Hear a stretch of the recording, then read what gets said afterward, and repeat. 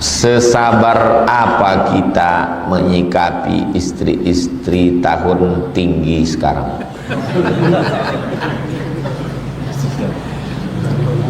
Contoh, dilarang bermedsos, dilarang fitness, dilarang toksik.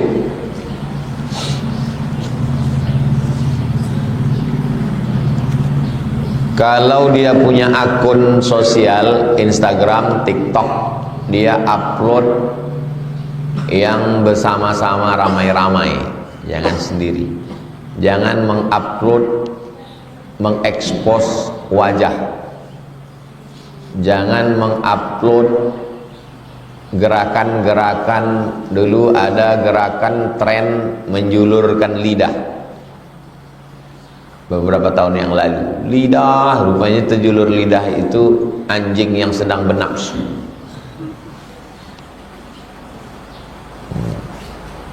Itulah gunanya ta'aruf.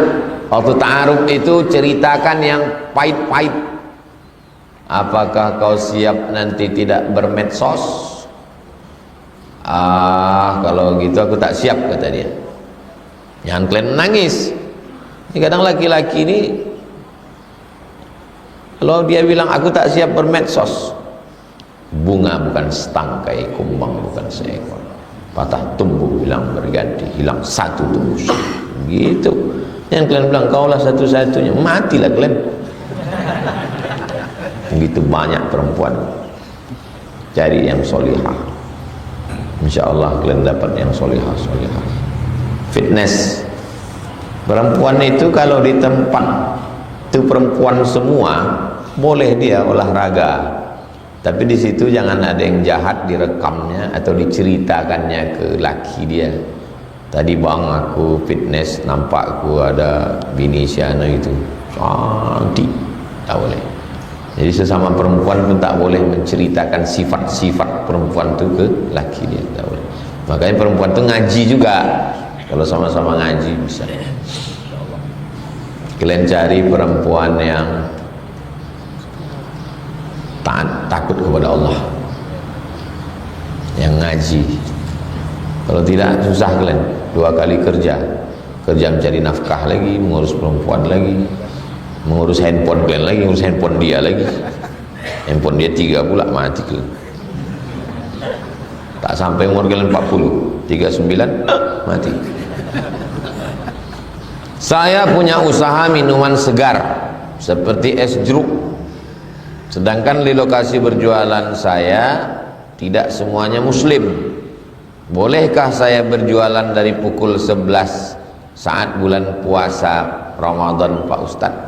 Tulis itu, es ini hanya untuk 1 non muslim, 2 musafir, 3 sakit, 4 penghuni neraka jahanam, 5 yang wajib berpuasa saya tidak tanggung jawab terhadap dosanya. Tulis itu biar tahu. Apakah ketika sholat berjamaah di masjid shaf mengikuti sajadah yang terbentang, sedangkan di ujung sajadah masih ada ruang untuk ditempati sholat? Penuhkan dulu shaf 1 nih, penuh sampai habis ke ujung, penuh. Kalau sudah kalian tengok penuh kanan, penuh kiri, kalian buat shaf baru di belakang imam. Sini imam, situ shaf baru. Baru yang datang berikutnya diisinya ke kanan, sunnah, baru ke kiri, penuh. Jangan masih ada kosong dibuatnya shaf baru. Tak boleh, putus shaf. Ini saya alami waktu salat berjamaah di masjid yang tak berdinding. Kalau misalnya ini tak berdinding, mana batas shafnya? Apakah dituruskan sampai ke situ? Atau mengikut shaf sampai berhenti? Yang mana yang sebetulnya masjid itu, yang mana masjid itu? Definisi pertama masjid yang atapnya nyambung, itulah masjid. Selama masih ada atapnya, walaupun sudah habis dindingnya, ada atapnya, berarti masih masjid. Kalau definisi ini dipakai bahwa semua yang atapnya nyambung berarti masjid, maka semua ustadz-ustadz yang ceramah di An-Nur itu pelaku dosa besar semua. Kenapa? Karena ustadz itu kencing dalam masjid. Ini Masjid An-Nur, keluar pintu imam kan ada WC situ. Masih nyambung tak atapnya? Berarti kencing dalam masjid lah itu. Maka definisi pertama tak bisa pakai. Lalu yang dimaksud dengan masjid itu mana? Tempat yang biasa dipakai untuk sholat, bukan atap, tapi tempat yang biasa. Masjid, tiang-tiang tak berdinding, ada teras di luar, tapi tak biasa dipakai. Dia hanya dipakai luar biasa. Kapan luar biasa? Jumat, Idul Fitri, Idul Adha. Bukan yang biasa. Yang biasa dipakai. Maka yang biasa itulah. Itu makanya perempuan maaf cakap yang haid, dia biasa duduk di teras. Itu maka masjid, perhatikan balik kampung, masjid-masjid di kampung kita dulu pasti ada terasnya. Kenapa? Karena arsiteknya ngaji. Teras itu dibuat selasar tuh untuk tempat perempuan yang haid. Sekarang orang tak mengaji, tak ada teras. Dalam Al-Quran banyak contoh baik, thayyib, khair, ma'ruf, ihsan, saleh, albirru. 6. Ada satu lagi yang kurang, jayyid. 7. Thayyib, bersih, tak ada cacat. Ini dinding ini tak thayyib karena ada cacat. Dinding yang itu thayyib, tak ada cacat sama sekali, thayyib. Khair selalu dikonotasikan dengan harta, artinya baik tapi konotasinya materi, harta. Ma'ruf diambil dari kata urf, baik tapi yang sesuai dengan tradisi kita masing-masing. Baik di Aceh dengan baik di Minangkabau dengan baik di Kalimantan, sama-sama baik tapi ekspresinya beda. Namanya ma'ruf. Makanya kepada istri itu wa'ashiruhunna bil ma'ruf. Berbuat baiklah kamu ke istri kamu sesuai dengan tradisi di daerah masing-masing. Menyambut tamu di Aceh, didudukkan kita di atas kursi tinggi, diambilkan daun-daun pakai air, diambilkan pulut kuning pakai ayam. Kalau di Kalimantan tidak, turun kita dikasihnya parang panjang, suruh motong tebu, sekali cincang putus. Kalau di Papua tidak, dikasihnya piring besar, suruh pijak piring itu. Kalau di Minangkabau tidak, piring kecil disambutnya ting ting ting ting ting ting ting ting ting ting ting kosong. Habis itu dipecahkan piring itu. Kita kapan makannya ini? Rupanya di dalam. Baik semua itu, baik tapi lain tradisi. Itu namanya ma'ruf. Ihsan, ihsan baik tapi baiknya lebih. Waktu kalian balik dari umrah, kalian kasih saya sebotol, maka waktu saya balik saya kasih satu dirigen, baik, namanya ihsan. Makanya ke orang tua tidak disebut ma'ruf, wabil walidaini ihsan. Kepada Allah ihsan, wa ahsin kama ahsanallahu ilaik.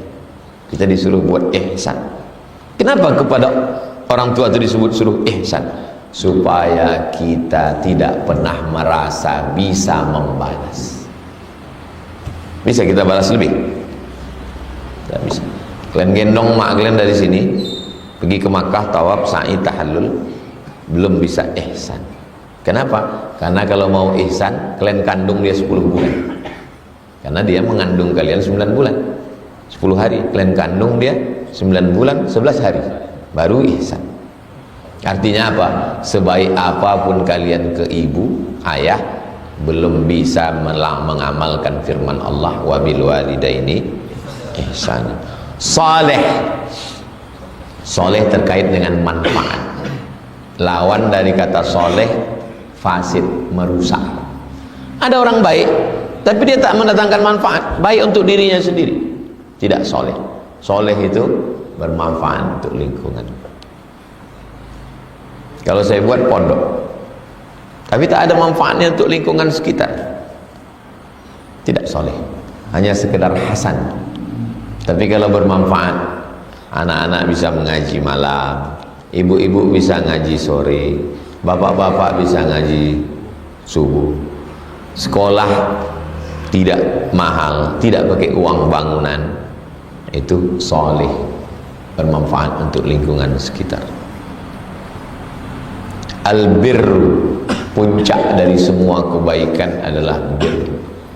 Makanya untuk kedua orang tua disebut dengan birrul walidain. Makanya perbuatan kepada Allah disebut laisal birra an tuwallu wujuhakum qibalal masyriqi wal maghrib walakinnal birra man amana billah wal yawmil akhir walakinnal birra man ittaqa. Jadi bahasa Arab adalah bahasa yang sangat kaya dengan kosakata. Ketika kita meninggalkan maksiat karena teringat azab kubur atau siksa, takut akan hal, apakah termasuk takut kepada Allah? Saya Pak Ustadz takut buat dosa. Kenapa? Karena saya takut neraka. Wattaqun narallati waquduhan nasu wal hijarah. Takutlah kamu pada neraka yang bahan bakarnya adalah nas, manusia, maksudnya orang kafir, wal hijarah, batu-batu, maksudnya batu berhala. Kemudian kita takut buat dosa karena takut neraka. Apakah itu bertentangan dengan firman Allah? Tidak. Kan Allah yang nyuruh. Allah yang nyuruh. Kita beramal karena ingin masuk surga. Allah juga yang nyuruh. Wasari'u ila maghfiratin min rabbikum wa jannatin 'arduhas samawati wal ardh. Allah yang nyuruh. Yang tak boleh itu di luar perintah Allah, itu baru tak boleh. Jadi kalau ada orang mengatakan, aku buat surga bukan karena ingin surga, aku buat amal bukan karena ingin surga, dan aku buat jauh dosa bukan karena takut neraka, itu dia sedang berpuisi. Paham? Salahkah orang berpuisi? Ya tidak salah. Kalau memang aku ingin surgamu ya Allah, tutup pintu surgamu itu untukku. Kalau memang aku takut buat dosa karena nerakamu ya Allah, padamkan nerakamu itu, karena aku hanya ingin cintamu. Orangnya sedang berpuisi, apa pula salah? Puisi namanya. Itu puisi dari Rabi'ah Al-Adawiyah. Puisi. Jadi kalau kita takut masuk neraka, tidak syirik. Berarti kau takut neraka karena takut pada neraka, bukan takut sama Allah. Allah yang nyuruh, bodoh. Kan Allah yang nyuruh. Attaqun nar allati waquduha an-nas wal hijara. Takutlah kau kepada neraka. Allah yang nyuruh. Kau kalau mau beramal, kalau beramal ingin masuk surga, berarti kau tak ikhlas, berarti kau masih ingin surga. Allah yang menyuruh, bongak. Wasari'u ila maghfiratin min rabbikum wa jannatin 'arduha. Berarti kau masih pakai Quran, kau masih syariat kau ni. Kami sama guru kami sudah hakikat, udah. Terus guru kau tuh habis ngaji itu masih makan lontong. Masih. Kenapa? Lontong itu syariat itu. Kenapa tak makan zikir aja dia? Banyak orang sekarang ini pandai mengolah-olah cakap. tukang olah, TO, tukang olah.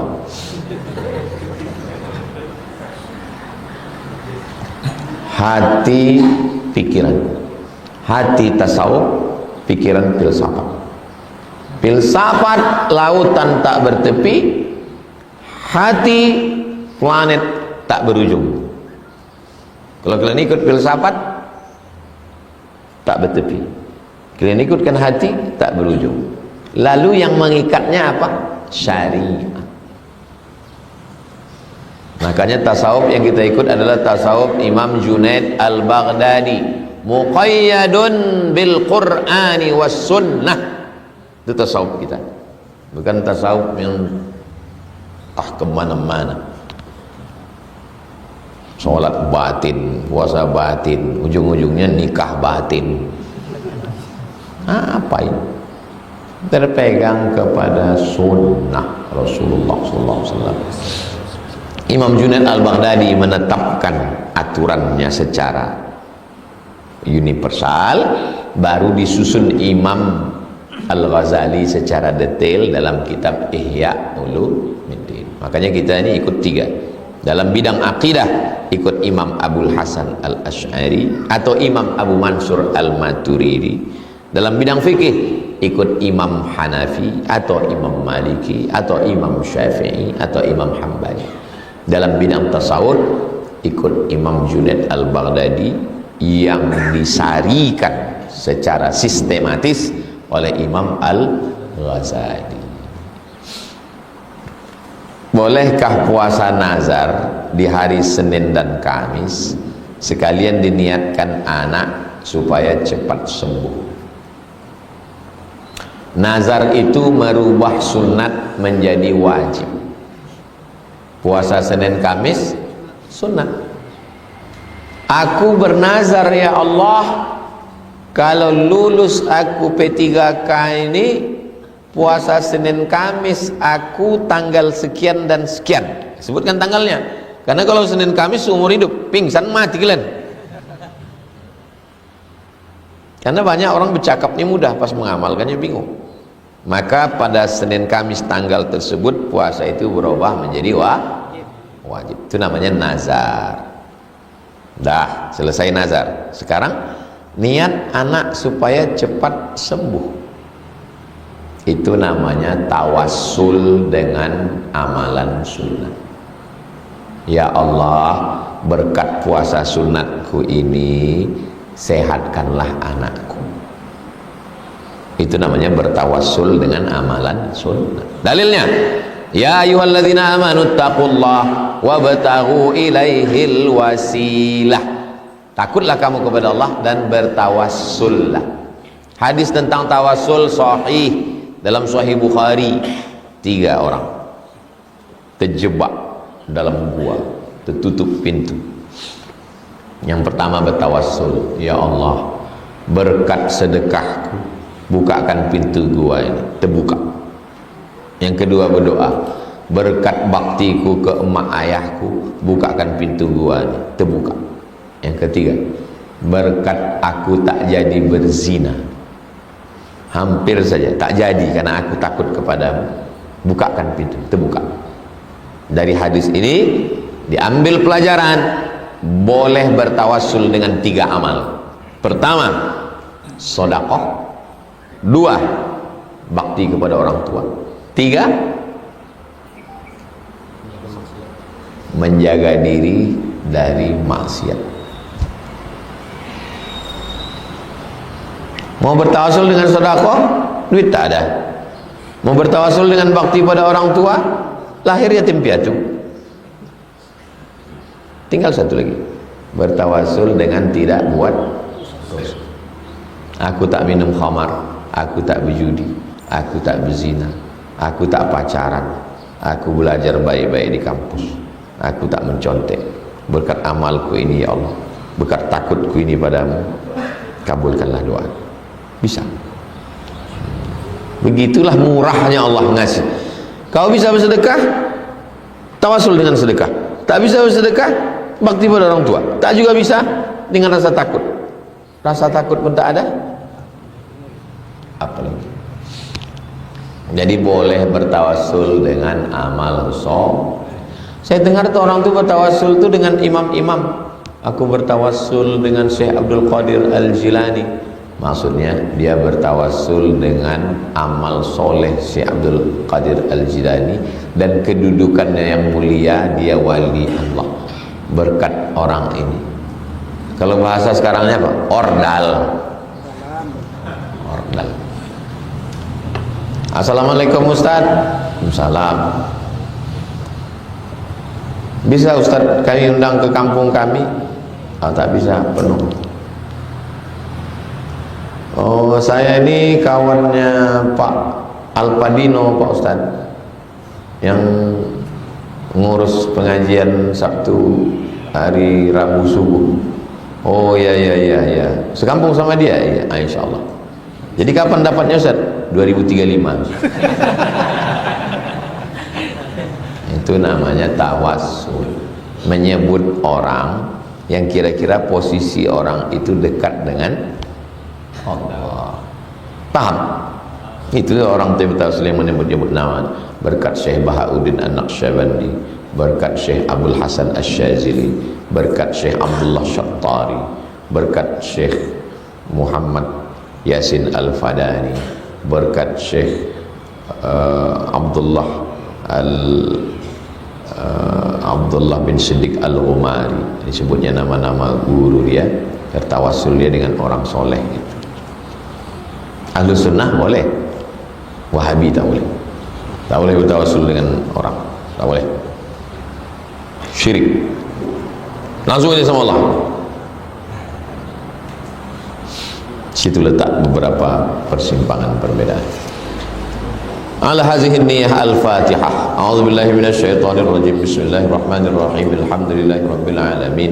Arrahmanir rahim. Maliki yaumiddin. Iyyaka na'budu wa iyyaka nasta'in. Ihdinas shiratal mustaqim. Shiratal ladzina an'amta 'alaihim ghairil maghdubi 'alaihim waladdallin. Amin. Allahumma shalli ala sayyidina Muhammad wa ala ali sayyidina Muhammad salatan tunjina biha min jami'il ahwali wal afat wa taqdi lana biha jami'al hajat wa tutahhiruna biha min jami'is sayyi'at wa tarfa'una biha indaka 'alad darajat wa tuballighuna biha aqsal ghayat min jami'il khairati fil hayati wa ba'dal mamat innaka sami'un qaribun mujibud da'wati wa ya qadiyal hajat. ربنا اغفر لنا ذنوبنا ولوالدينا وارحمهما كما ربيانا صغيرا ربنا هب لنا من الصالحين اللهم ادفع عنا الغلاء والوباء والفحشاء والربا والزنا والمنكر اللهم اجعل هذا البلد بلدا آمنا اللهم طهر قلوبنا من النفاق والحسد والكبرياء والعظمة اللهم اجعلنا من المتحبين بجلالك أظلنا تحت ظل عرشك يوم لا ظل إلا ظلك